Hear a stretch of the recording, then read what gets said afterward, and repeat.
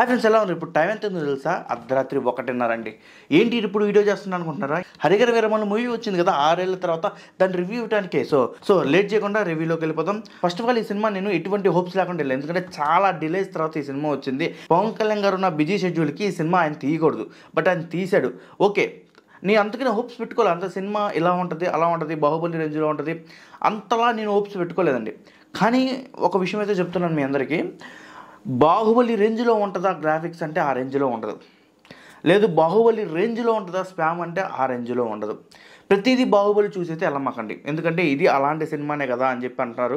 But అలా అయితే వెళ్ళమాకండి. కానీ సినిమా మాత్రం ఎటువంటి హోప్స్ లేకుండా, అంటే హోప్స్ పెట్టుకోండి పవన్ కళ్యాణ్ గారు బాగా యాక్ట్ చేస్తారని, లేకపోతే సినిమా స్టోరీ బాగుంటుందని. సినిమా స్టోరీ మీరు అనుకున్నట్టే చాలా బాగుంటుంది, హోప్స్ పెట్టుకున్నట్టే ఉంటుంది. Pawan Kalyan fans cinema story చాలా బాగుంటుంది. నిధి అగర్వాల్ చాలా బాగుంటుంది, సాంగ్స్ చాలా బాగుంటాయి, స్టోరీ చాలా బాగుంటుంది. పవన్ కళ్యాణ్ గారు చాలా బాగా యాక్ట్ చేస్తారు.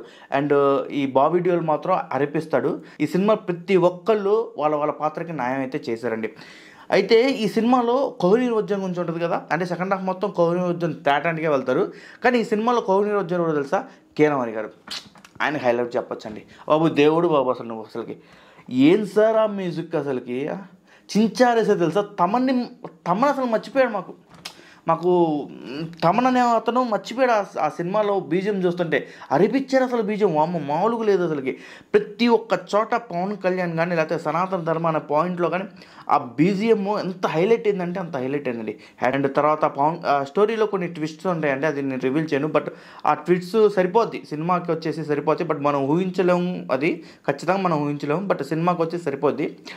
ఇంకేం చెప్తాం, మనం అన్నీ చెప్పేసాం కదా. అంటే రివ్యూ చెప్పే ఆ మూడు కూడా లేదు, బట్ నిద్ర వస్తుంది బాగా. అయినా సరే చెప్తున్నాను. సినిమా అయితే ప్రతి ఒక్కళ్ళు ఫ్యామిలీతో వెళ్ళి చూడాల్సిన సినిమా ఇది. నాకైతే ఫస్ట్ హాఫ్ అయితే చాలా బాగుందండి, చాలా చాలా చాలా బాగుంది. కొల్లగొట్టిన సాంగ్ అయితే విజువల్ ఫీస్ట్ అండి. తర్వాత తారా సాంగ్ సెకండ్ హాఫ్లో వస్తుంది, అది కూడా చాలా బాగుంది. ఫైనల్గా నేను చెప్పొచ్చేది ఏంటంటే, ప్రతి ఒక్కళ్ళు కుటుంబ సమేతంగా వెళ్ళి చూడాల్సిన సినిమా ఇది.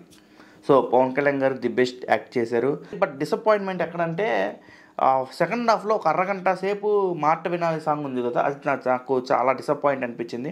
నాకు నచ్చలేదు. అంటే నచ్చలేదు మీన్స్ నాకు బోరింగ్ అనిపించింది. ఫస్ట్ హాఫ్ ఎక్కడా నాకు బోరింగ్ అనిపించలేదండి, కానీ సెకండ్ హాఫ్ ఒక అరగంట మాత్రం చాలా అంటే చాలా బోరింగ్ అనిపించింది.